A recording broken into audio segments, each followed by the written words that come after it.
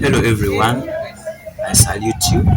My name is Ramhiz Amos, a student of Shama International Institute of Health Sciences, a hub inspector, active health hub. We are here today bringing you malaria. So, in shortly, I'm here to share with you the life cycle of malaria in the human because we have two life cycles. When you see, we have the life cycle of malaria in the mosquito and we have the life cycle of malaria in the humans. So for today, I'm here for the life cycle of malaria in human beings. We all know that malaria is it is caused by a plasmodium germ.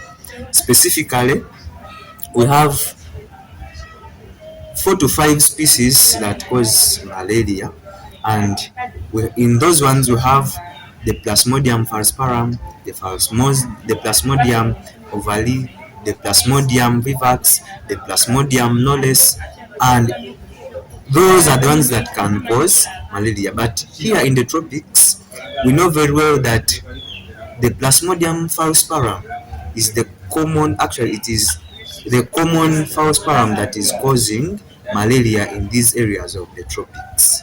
Now, how is this Plasmodium causing? How can it cause malaria in a human being? That's what we are going to discuss about. Now, at first, the Plasmodium is carried by the mosquito, and we all know that is carried by the infected female Anopheles mosquito. Why? Because it is carrying the Plasmodium germ. Now, when a mosquito comes and bites you or it inoculates you, it is going to release that Plasmodium germ in the bloodstream. So, when it reaches in the bloodstream, we are going to call it the sporozoite. The Plasmodium species or the Plasmodium germ or the Plasmodium falciparum, when it reaches into your body, it is called the sporozoite. Now, remember we have gotten only one Plasmodium, but for you to be infected or to show the signs and symptoms that and they confirm that you have malaria, we have to see that you're having many Plasmodium parasites in your body. Now, how will it come about and it causes the multiplication? This sporozoite is going to move through the blood until it reaches the liver. So when it reaches in the liver, it will affect and attack the hepatocytes, the cells that make up the liver.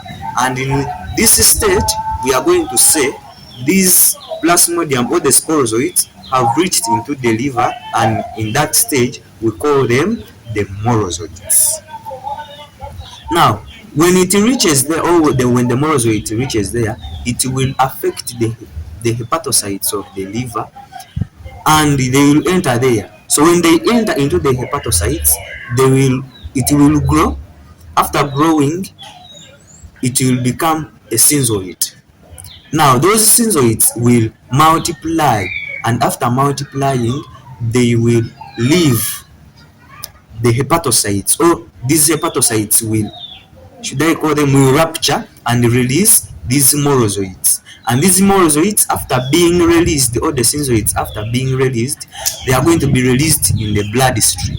Now, when it goes into the bloodstream, we see that it has multiplied, but it has not yet caused an infection, or it has not, you have not yet gotten the signs and symptoms.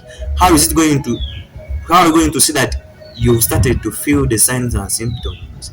This is where the sporozoites, because you've seen that they have left the cell, the cells of the liver, and they are coming back into the bloodstream. And again, we shall call them the sporozoites. Now, these sporozoites will come and infect the red blood cells specifically. They will enter the red blood cells and they will multiply them more compared to how they have been multiplying in the liver. Now, when they multiply within the liver, within the red blood cells, you're going to see that these red blood cells will swell, and therefore they will lose that flexibility for them to move throughout the blood vessels. Now after them infecting, you will see that they will even cause these red blood cells to rupture, hence releasing more sporozoites in blood. So that is how the life cycle goes on in the human body. But we all know that this plasmodium parasite, it always has two ways of multiplication, and for that one we see it has the asexual part and the sexual part. Now what I've been explaining is all about the asexual part, whereby there is no meeting of these two parasites sexually.